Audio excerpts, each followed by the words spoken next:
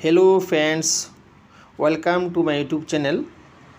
আজকে ভিডিওটা ইংরেজি নতুন বছরের 2024 প্রীতি ও শুভেচ্ছা নিয়ে আমি আমার সকল ফেসবুক বন্ধুকে জানাই আন্তরিক অভিনন্দন এবং ভালোবাসা।